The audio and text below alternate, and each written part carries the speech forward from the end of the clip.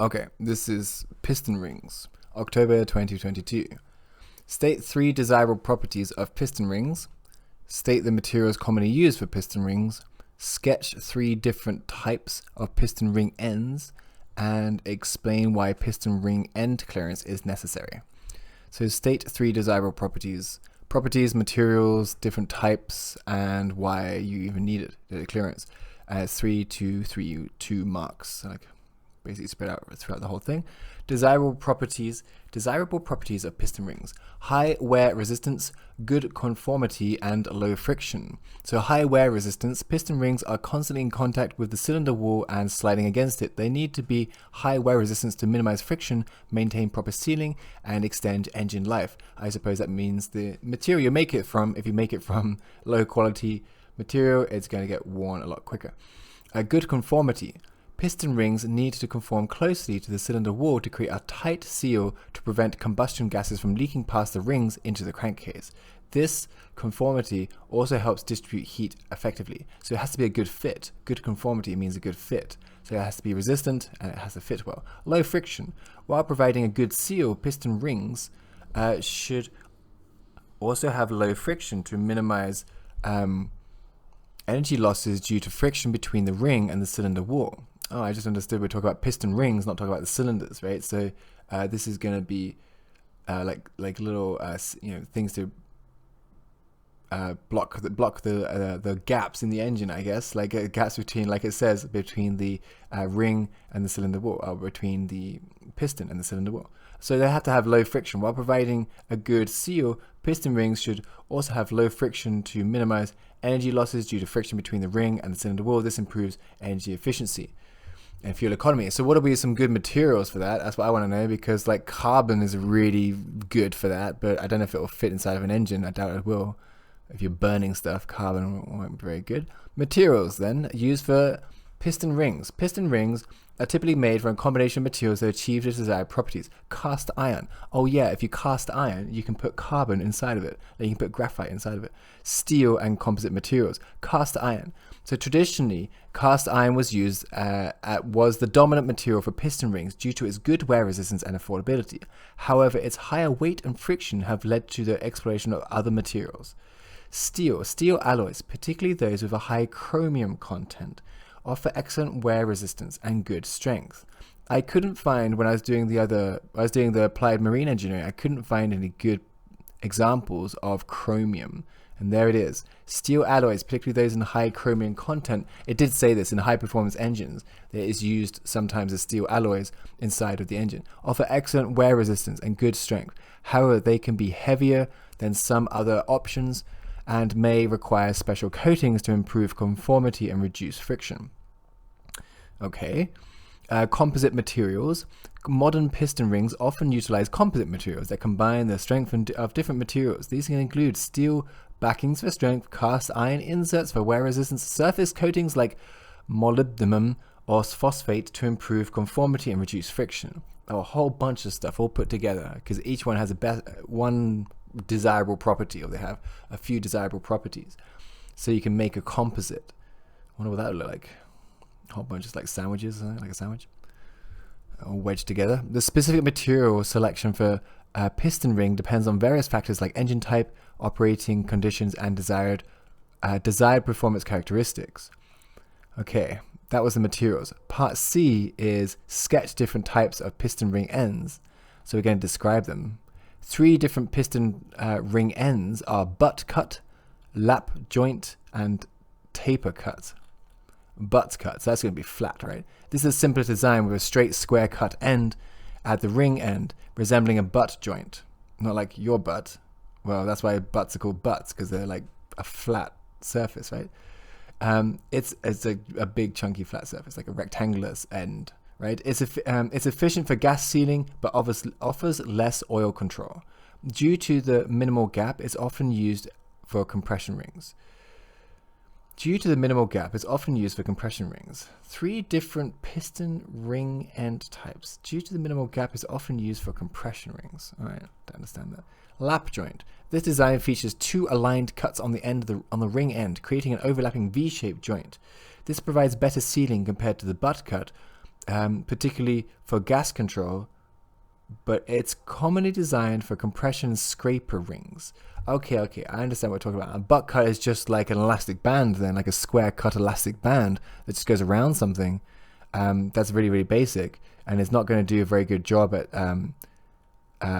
stopping leaks, basically. A lap joint is a bit more like two angled cuts on the ring end. So a little bit more, an overlapping V joint, so it's a bit more, it's a longer shape, a bit more intelligent design. And a taper cut. This design has been tapered cut on one side of the ring, creating a slight wedge on the other shape. So as the ring expands due to thermal load, the tapered section expands an outward force against the cylinder wall, improving ring-to-wall contact. This design is used for compression rings and high-performance engines, so it's a bit of a smarter design as well. So lap joint seems the way to go, butt cut seems a bit basic. All right. And those, I'm thinking about like elastic bands and stuff like that, but they're made from metal, right? They're made from cast iron. They're made from steel, right? Okay, so that's how you just make them and fit them in. Part D is importance of piston ring end clearance. That's the gap. So this is explain why piston ring end clearance is necessary. Piston ring end clearance. Necessity of piston ring end clearance. Piston ring end clearance, also known as end gap, is a crucial aspect of proper engine operation for several reasons. The reasons are thermal expansion, oil control, and sealing efficiency. And we've got to get a balancing act between them. Right, so thermal expansion is piston rings and cylinder walls expand due to the heat generated during the engine operation. Without adequate end clearance, the rings could seize or bind in their grooves as they expanded, causing friction and potential damage. The gap allows for this thermal expansion and ensures smooth ring movement. Okay, I'm kind of understanding what's going on here. Like a little groove cut in your groove in there, and a little bit bigger than it needs to be so it can expand when it's under high temperatures. Oil control. Engine oil needs to circulate between the piston and cylinder wall for lubrication and heat transfer. The end gap allows for excessive oil to be scraped by the rings to return to the crankcase. Without this clearance, oil could accumulate above the rings, creating excessive friction and potential oil burning. So it's like a little cutout of the wall so the oil can escape. Sealing efficiency, the small amount of gas leakage past the rings is inevitable. A small amount of gas leakage is inevitable. The end gap allows to control the amount for a controlled amount of gas to pass, preventing excessive buildup. Yes, it's a little cutout valve. You know, if you're digging a mine shaft, you make a little room off to one side so you can take a break or you can get out of the main path in case something falls down or something along those lines. So obviously, as the piston is passing over this, it's going to release a small amount of gas, which is going to regulate the amount of buildup of pressure. The end gap, so a small amount of gas leakage past the rings is inevitable. The end gap allows for a controlled amount of gas to pass, preventing excessive buildup pressure behind the ring and maintaining proper ring-to-wall contact for effective sealing. So this is a balancing act. While necessary, the end gap needs to be within specific ranges. A gap that's too small can lead to seizing or excessive friction, while a gap that's too large can compromise gas, sealing, and oil control. So it's too big, it's just letting all the gas out, and it's too small, it might blow the engine up. The appropriate end gap is determined by factors like engine design, ring material, and operating conditions. Okay, April 2023, with reference to diesel engine thermal and mechanical efficiency, describe where the losses may occur.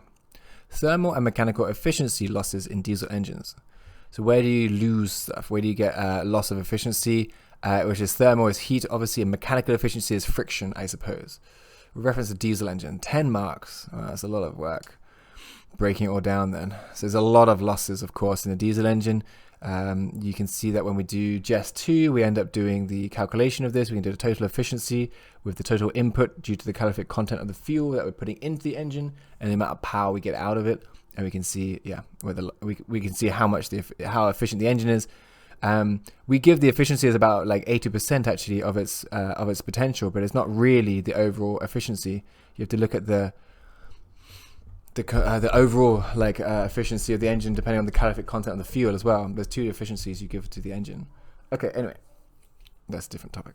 Thermal and mechanical efficiency losses in diesel engines. Diesel engines strive to convert the chemical energy stored in the fuel into usable mechanical work. However, during operation, energy losses may occur, reducing overall efficiency. Here's a breakdown of the potential thermal and mechanical efficiency losses in diesel engines. Yeah, that's what I just said.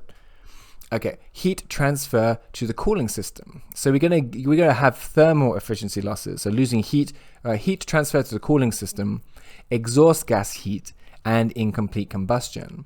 Thermal efficiency losses. Well, we actually want to get rid of that heat. So you want to have a bit of heat in the engine because you want to aid the combustion process, but too much heat is really the biggest problem. Heat transfer to the cooling system. A significant portion of heat generated during the combustion is transferred to the engine coolant to maintain optimal operating temperature. Yeah, so it's not really like an inefficiency. It's just necessary. Due to the design of the engine, we can't do anything better than that right now. We could do better in the future, but not right now. Operating temperature. Okay. This heat, while necessary for engine health, represents lost thermal energy that doesn't contribute to mechanical work output. Yeah, and we can also calculate these using the Q mac T formula, right? Q is equal to MC delta T. Absolutely, right? So exhaust gas heat. So hot exhaust gases leaving the engine carry away a substantial amount of thermal energy. While some of the heat may be utilized in turbochargers for efficiency gains, a significant portion is lost to the environment. Yeah, you're just checking out all that hot air, and yeah, we could recover it. Ends up being too expensive. Might as well just check it out there. And again, we can calculate using Q mac T equation. Incomplete combustion and inefficient combustion can lead to unburned fuel exiting the engine in the exhaust. This unburnt fuel represents wasted chemical energy that could have contributed towards useful work output. Our incomplete combustion ends up being is counted as a thermal efficiency loss, even though it's not thermal. It's not actually heat, but it's part of the calorific content. I don't know if that's true. It might be. I suppose you could consider it to be because you can measure the fuel by its thermal output, right? I did say that earlier as well. Okay, mechanical and efficiency losses. So that's the other part. We've got to give diesel engine thermal and mechanical. So the mechanical will be friction, which is caused by basically every moving part in the engine, which is everything. So friction can occur between moving parts of the engine, such as the pistons and the cylinders, between the bearings and the crankshafts, the valves and the valve train, and these consume a considerable amount of energy. The friction converts usable mechanical energy into heat, ultimately lost to the environment. You can also lose it due to pumping losses. The engine expels energy to move air and exhaust gases in and out of the cylinders during the intake and exhaust strokes. This energy consumption, also known as pumping losses, reduces the overall mechanical work output of the engine. So we just, because you run the pumps off the engine itself, you're losing some energy due to that, but it's necessary. Accessory losses, power takeoff, PTOs, or for powering auxiliary equipment like pumps and compressors and alternators. This is the same as pumping losses then, isn't it? I mean, the pumping is part of the engine directly, and then of course you have auxiliary equipment that you can run off the engine, or alternators. Also, so power takeoff for powering auxiliary equipment like pumps, compressors, or alternators can also contribute to mechanical efficiency losses through though necessary for engine operation. These accessories divert some of the engine's power, reducing the available power for the primary driving function. Yeah, because you're running the air conditioning, so of course you're not going to get so much power to the wheels, are you? That's why I switched the aircon off when you're going uphill. Additional factors: internal leakage of combustion gases past piston rings can lead to some thermal losses and reduce the efficiency of the power stroke. Fuel injection inefficiency: imperfect fuel injection can result in uneven fuel distribution and incomplete combustion, further contributing towards thermal losses. To minimize these losses, it doesn't say that in the question, does it? Describe where losses may occur. No, we are just adding extra to this. So minimizing them, what can you do to minimize them? Engine design: optimizing the engine design to minimize friction, improve combustion efficiency, and reduce pumping losses is crucial for maximizing overall efficiency. Material selection: using materials with low friction coefficients and good thermal properties can help reduce energy losses due to friction and heat transfer. So when you're building your engine, as you do, designing it, choose the right materials. So this is to do with engine design, all right? Proper maintenance, or at least is buying the spare parts as well and selecting the correct spare parts. Proper maintenance, regular maintenance practices like changing the oil, filter replacements, and ensure optimal performance and minimize friction losses. So yeah, maintaining your engine, designing it better, and choosing the right materials for it will all reduce these losses, which is what we do all the time anyway. It's not like we don't try to do this stuff. Operating conditions, operating the engine at the optimal load range and maintaining proper engine temperature can also contribute towards improved efficiency. Yes, of course it can. So of course, these are just normal operating conditions really for the engine. By understanding these thermal and mechanical efficiency losses and implementing strategies to minimize them, we can improve overall efficiency of diesel engines, leading to a better fuel economy and reduced environmental impact, as always, what we're always trying to do. Okay, so this is October 2019, as well as January 2018. So older papers, but probably going to repeat. Okay, which is part A is show using sketches the 3 clearances necessary for efficient piston ring functioning. Part B, explain why piston rings are necessary. And part C, explain why the clearances sketched in part A are necessary. And that one's worth 5 marks. The first one, A, is worth 3, and then 2, and then 5 marks. So explain why the clearances are necessary is much more important. Show using sketches the 3 clearances necessary for efficient piston ring functioning. Explain why they're necessary, and then explain why piston rings are necessary, 2 marks. Explain why the clearances are necessary, 5 marks. So clearances. All right. Piston ring clearances and their importance. 3 essential piston ring clearances. Top ring land clearance. This refers to the gap between the top compression ring and its groove in the piston. This clearance allows for thermal expansion of the ring and the piston, preventing seizing and maintaining proper ring to cylinder wall contact for efficient sealing. Top ring land clearance, second ring land clearance, piston ring end clearance. Yeah, I want to see a sketch of these, but I know there's 2 rings, right? So here's the second one. Second ring land clearance is number 2. This is the gap between the second compression ring and its groove in the piston. It's typically larger than the top ring land clearance, allowing for better oil control while maintaining adequate gas sealing. Also, it's a little bit looser than the top one, right? Because it's not under such high pressure, which means the oil can get in there a little bit more, and we can control it a little bit better. Piston ring end clearance gap. This refers to the space between the ends of the piston ring when placed inside its groove. This clearance is crucial for thermal expansion, oil control, and sealing efficiency. The thermal expansion, as the ring and the cylinder walls heat up, they expand. The gap allows for this expansion and prevents seizing. Oil control, excess oil needs to return to the crankcase. The gap allows for the scraped oil to pass through. Sealing efficiency, a small amount of gas leakage is inevitable, and the gap allows for this controlled leakage allowing preventing buildup of pressure in the rings. Yes, we heard all this before, and this is good repetition. You're going to remember it. Right, we're going to remember the language the same way we're saying it. Necessity of piston rings. Why do we even need them? 2 marks. Necessity of piston rings. Piston rings play a vital role in ensuring efficient and smooth operation of the diesel engine. They perform several critical functions. Sealing, oil control, and heat transfer. Sealing. Piston rings create a tight seal between the piston and the cylinder wall. This prevents combustion gases from leaking past the piston into the crankcase, which will reduce engine power and efficiency. It also prevents excessive oil from entering the combustion chamber, which would lead to the oil burning and increase emissions. That's lubricating oil, I assume, right? So we're talking about the lubricating oil underneath, and these rings are stopping those 2 worlds from mixing. Okay, great. So oil control. Piston rings scrape excessive oil. Yes. Oh, sorry. I read that one already. This helps maintain proper lubrication while minimizing oil consumption and emissions. So some of the lubricating oil is being burnt a little bit and being kicked out in the exhaust gases. Heat transfer. Piston rings aid in heat transfer from the piston ring to the cylinder wall.